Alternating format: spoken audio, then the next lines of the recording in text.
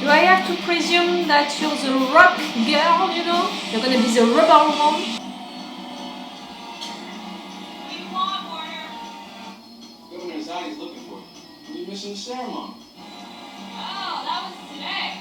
Thought you'd want to be there. It's a big day for you, hero. All right, look, Commander, out of my orders. I'm gonna need you to pull over. Well, here's a new order.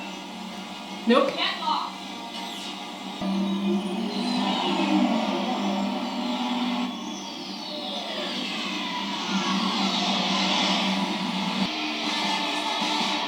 What's she doing? She's going for it. Commander, stand down. A rebel and fearless character. That's it, I get it. She's crazy.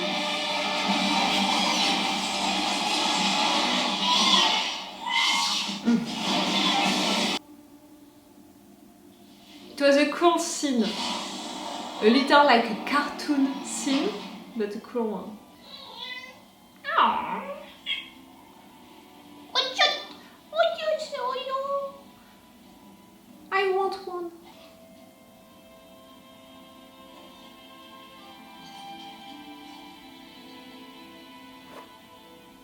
We can see it, you know. It's on purpose.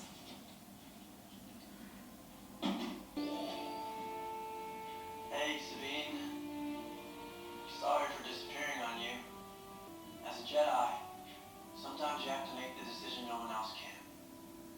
So, that's what I did to defeat Thrawn. We've been through a lot. Grew up together in this rebellion. And we're not really family, but you're like a sister to me. I know your fight isn't over. And now I won't be there to help you. But I'm counting on you to see this through. And the Force be with you. How many times did you watch it? What was this place? An ancient temple built by my ancestors. The Night Sisters of Dathomir. You're a witch. I was gonna say it sounds like a convent.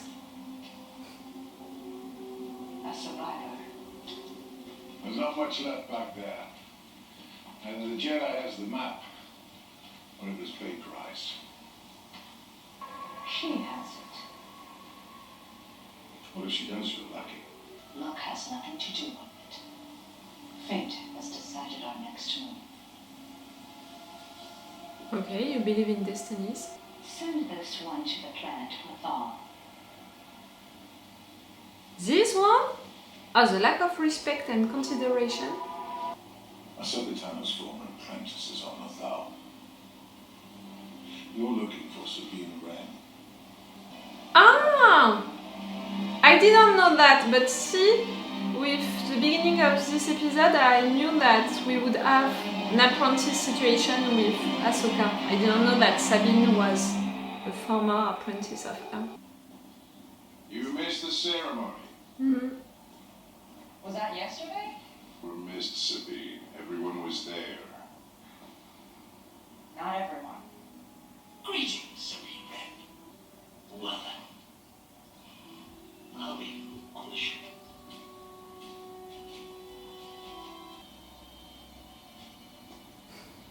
You're dismissed. You can only hear what she has to say. I think I know how to find Ezra. You're gonna want to hear what she has to say.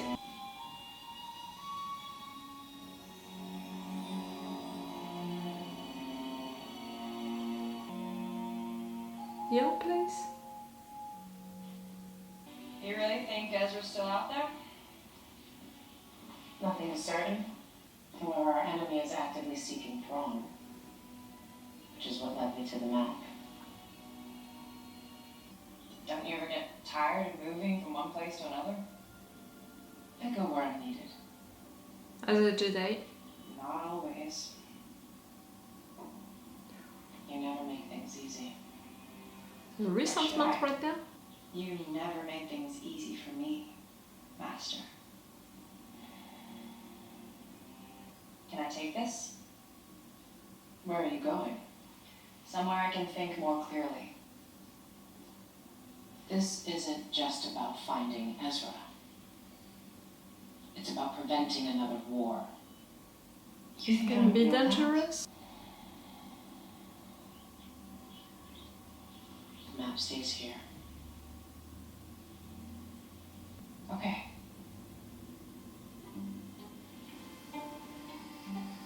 Really? Okay. In the last 500 years, I've only known one student who built a saber such as this.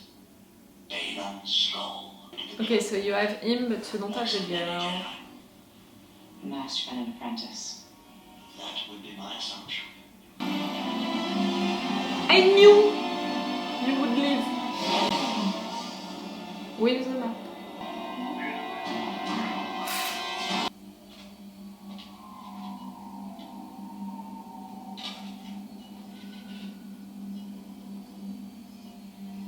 Quand tu push something, you know, quand you... She took the map off the ship when I explicitly told her not to. Oh, come on, I just know her since 20 minutes and I already knew. I knew that she would do it. Just wish she had changed a little. Why? She's still just as stubborn and bullish as ever. She's Mandalorian. You knew what you were getting into. I bet your master found you difficult at times.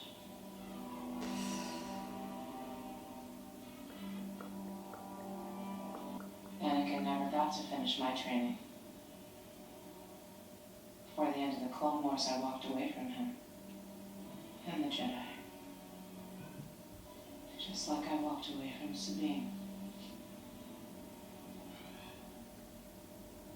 I'm sure you had your reasons. That, you know, about Anakin, I knew it. Reasons have the But world see how they are consequences. putting informations for those who maybe don't know it, just so you have all of the updates that you need.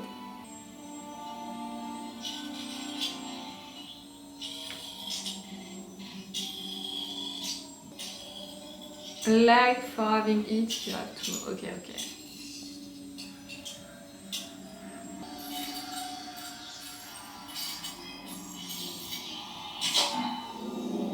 Good job.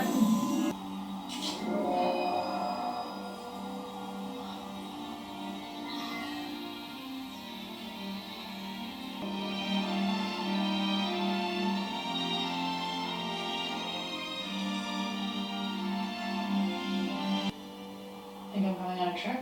Hmm? But first, I think that you're gonna have to fight.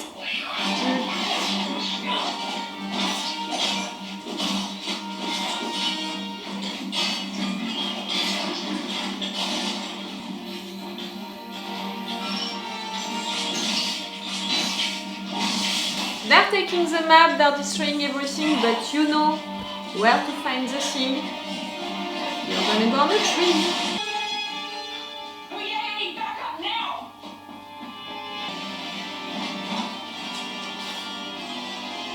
Take your equipment, all of it. We've been looking for this. That's too bad.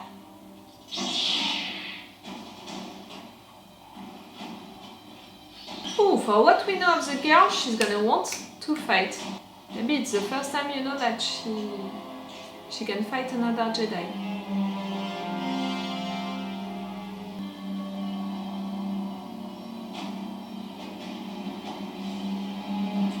Are you the girl of someone that we know? You know, a ghost from the past?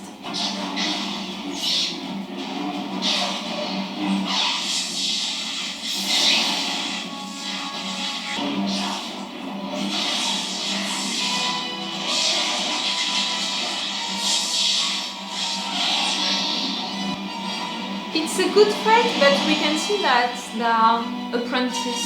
I don't know how to say it, like... We know that Ahsoka would have done so much better.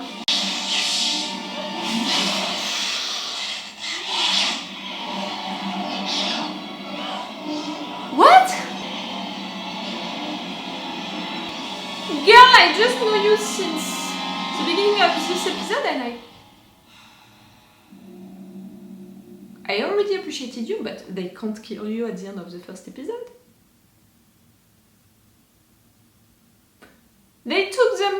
but Sabine, she has the map into her mind. We need her. Oh, that's a surprise for me. I feel, you know, a little like at the end of the first episode of Game of Thrones. What? You introduced that new character for me during the entire episode?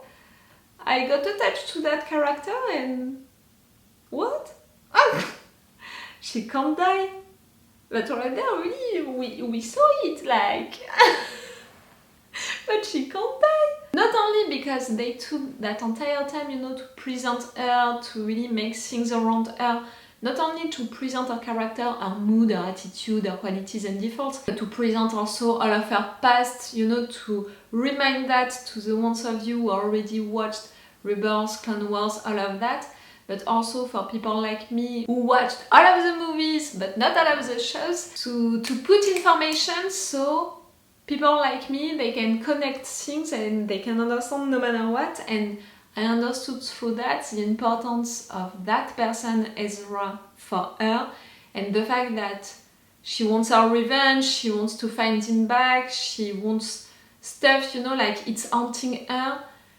She's mad also at Ahsoka, like all of the things about her background, about what happened, about how she feels about it now, about how she feels about Ahsoka now, about how she felt also about Ezra. I had all of that during this episode, and you're not creating all of these scenes and you're not writing a character like that, you're not building all of that around the character, you're not making her, you know, one of the main characters, to kill her at the end of the first episode.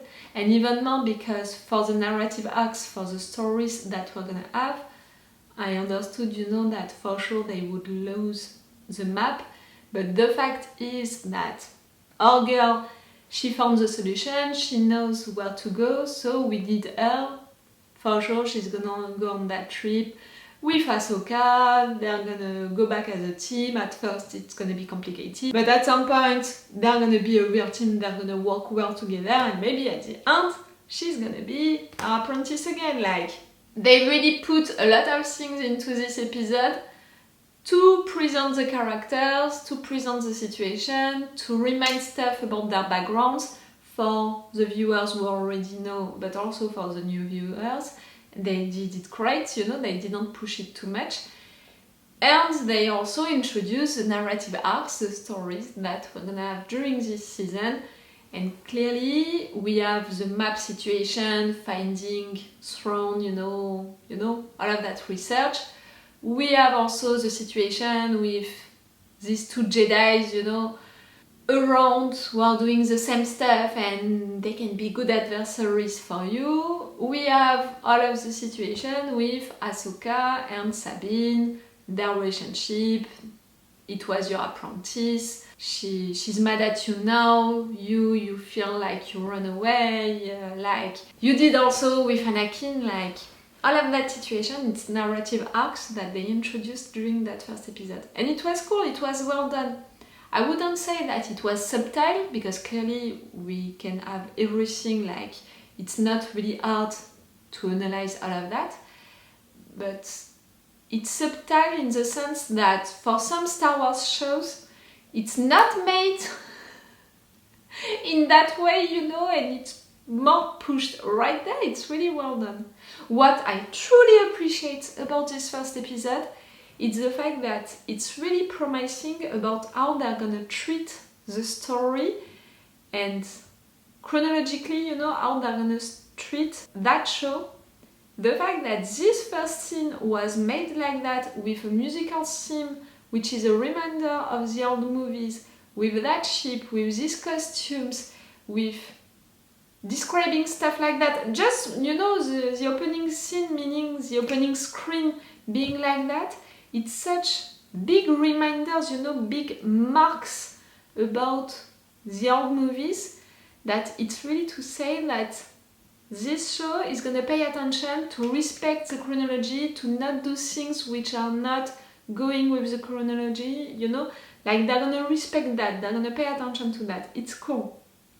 And I saw also a few times, not a lot of times, but a few times, that we had good ideas behind the camera, meaning that they are filming things in a way, you know, to show us other stuff, to show us a complicity, you know, between characters, or just, you know, a look between characters, but also to show us things like they did for Sabine, to show us the helmet, you know, of...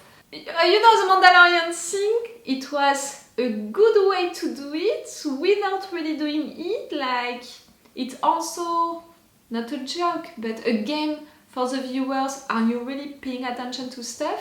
And the way to do it, you know, the way to film that, to play with the viewers, that it's subtle and it's great because it means that they have intentions behind the camera. They're not gonna film stuff only like that to show us the story and that's all. No, they're gonna make subtle stuff, they're gonna play with the movements of the camera, and they're gonna do it in a subtle way, so maybe we're gonna have other Easter eggs like that during the show, so that's cool.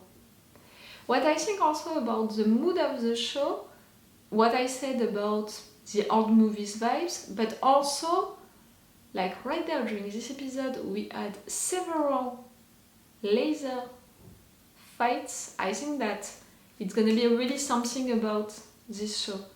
You know, if during some other shows it's more about ships fights, you know, and stuff like that, like they prefer to do stuff and all, like I think that right there it's gonna be more about laser fights, which is logical with the fact that we are following Jedis, and it's not only the fact that we're following Jedis, but being a Jedi, having an apprentice and all, it's a subject of the show, so it makes sense. Like right there at the end, I really felt the difference with these two girls fighting, like put Ahsoka into that fight, she would have won it in one move.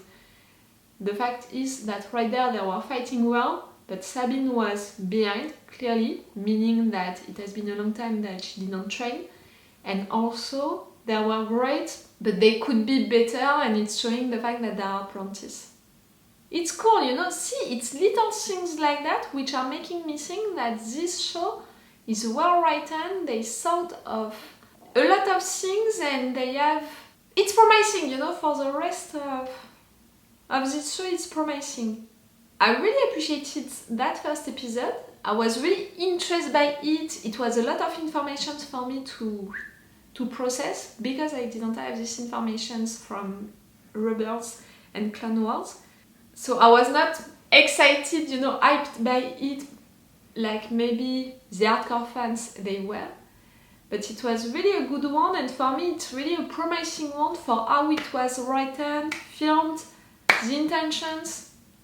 It's cool. It's really cool. I loved it. Tell me, what did you think of it?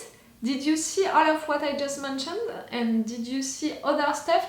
Meaning, be careful of not telling me any spoilers. You know that I hate spoilers, so be careful with that. Like I said, you know, during the episode, I didn't make any research about the casting, I didn't read any information and all, because with the Star Wars shows, sometimes we have ghosts from the past coming suddenly, and each time, you know, for the shows that I watched with you guys, it was such a surprise for me each time, and that was so cool, that I want the same also for Ahsoka. So if you know something like that, please don't tell it to me on the comments. Be careful with that, be nice, be respectful. Okay, I'm gonna watch the second episode right now. It's all for you for this video, and it's all for me for now, so bye for now. Bye. Wait a minute, Doc. Are you telling me that you built a time machine? Great.